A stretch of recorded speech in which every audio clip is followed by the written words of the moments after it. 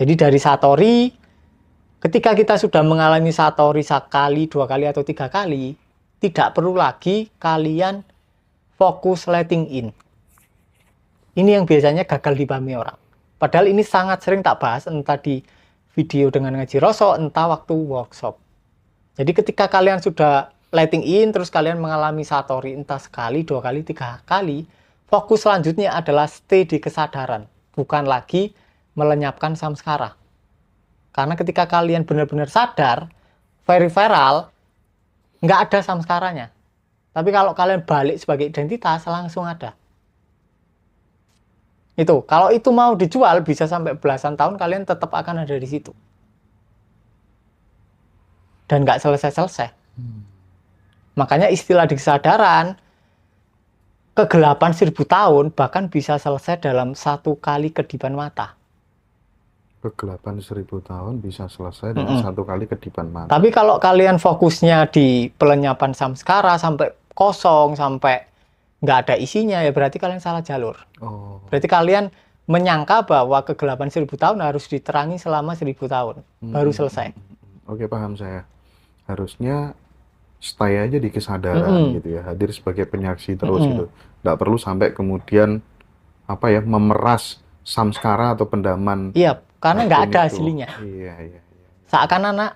Seakan-akan ada karena posisi kita sebagai Riko, sebagai Joko, sebagai Hari. Itu jadi seakan-akan ada. Berarti dengan bahasa yang lebih lugas dan kasar, nggak perlu lagi sebenarnya kayak merasa bersalah dan lain sebagainya itu. Seperti yang kasus Mbak tadi. Tayangannya tetap ada. Tapi cuma tayang doang. Kayak kita itu jadi layar. Menyadari pikiran tadi aja yang pertama ya. Pikirannya disadari. Pikirannya disadari pertama. Kemudian kedua, ketika pikiran mampu disadari, kita akan mampu menyadari perasaan. Terutama cowok. Kalau cowok itu pasti susah menyadari perasaan. Jadi menyadari pikiran tuh seperti yang diajari Mas Riko tadi. Oh, ternyata pikiranku seperti ini tuh dari masa yang lalu sampai sekarang ternyata intinya sama dan baru meledak hari ini gitu. Seperti itu tadi. Ditonton aja. Ditonton. Jadi misalnya ngomong aku jahat ya udah dibiarin aja. Ya kan? Kita mengira, misal aku jahat ya. Kita ngira pintu keluarnya itu di sana doang. Akhirnya kita tahan, kita tarik ke sana. Padahal ini mau keluar lewat sini. Nah, karena ini kita tahan, kita tolak, ya dia ngelawan balik. Akhirnya malah stay di tengah-tengah kita. Kayak berundel aja di depan kita. Kesalahan orang di situ. Jadi ketika lewat, ya dibiarin lewat. Tapi orang kalau nggak di-hold atau ditolak, ya dia lari. Ketika lari, ya sampai dikejar terus. Oke. Dah. Itu tadi soal bagaimana kemudian mengikis rasa bersalah itu tadi. Sampai kemudian ada penjelasan ketika kemudian sudah menyadari pikiran, terus emosi-emosi muncul, kita terima, kita stay sebagai kesadaran gitu ya. Nah, sekarang kalau terkait dengan masa depan si anak tadi Mas, yang kemudian dia ada semacam kayak kekhawatiran ketika kemudian anak ini besar nggak punya akte kelahiran dan seterusnya, itu kan yang gara-gara faktor itu kemudian si cewek, si Mbak ini kemudian memberikan semacam kayak pressing begitu bagi si laki-laki. Muncullah konflik karena si laki-lakinya juga sama, dia masih dilarang sama istrinya yang pertama, istri yang sah gitu. Nah, gimana kalau case-nya seperti itu? Intinya gini, desakan dari mbaknya untuk mendesak urgensi, itu kan urgensi muncul kan, wah berarti aku harus mendesak suamiku nih gitu, agar mau tanda tangan. Nah, desakan itu munculnya dari mana? Dari pendaman ataukah dari kesadaran? Itu dulu. Kalau munculnya dari pendaman, kita pasti tahu, oh ini lama ini, terasa sama. Kayak kemarin itu terasanya sama. Tapi kalau insight atau inspirasi itu terasa baru, beda sama yang sebelum-sebelumnya. Nah, itu hanya bisa muncul ketika kita stay sebagai kesadaran. Jadi poinnya sebenarnya ya udah konsisten stay di kesadaran sehingga kita tidak ada pressing, tidak ada keinginan. Basisnya itu bukan basis karena urgensi akte kelahiran gitu ya. Itu pasti muncul sendiri inspirasi atau tiba-tiba suaminya tiba-tiba tanda tangan. Itu pasti ada aja nanti. Nah, letting in di sini fungsinya itu hanya untuk membuat satori sedikit aja. Jadi bukan untuk dipraktekkan sampai 10 tahun, 20 tahun, nggak perlu. Oke. Baik, Mas Riko, terima kasih penjelasannya cukup gamblang begitu.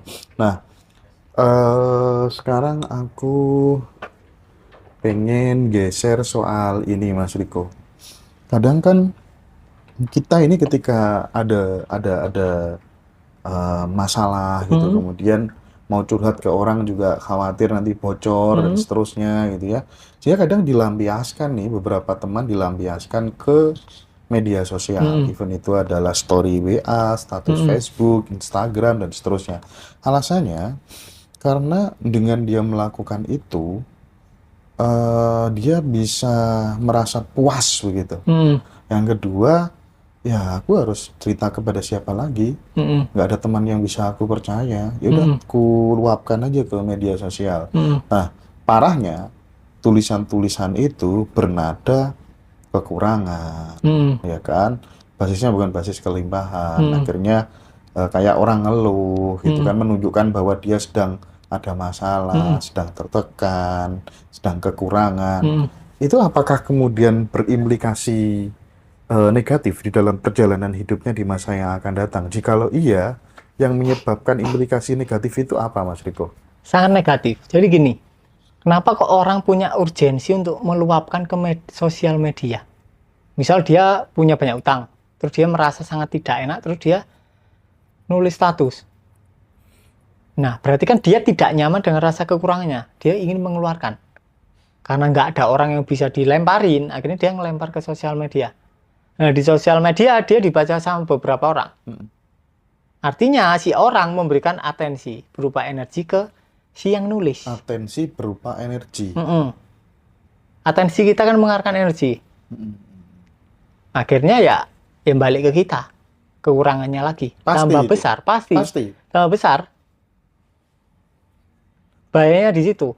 Makanya ketika kalian misal ada masalah, terus kalian merasa bersalah, terus merasa kekurangan atau merasa kacau, ya udah disadari aja.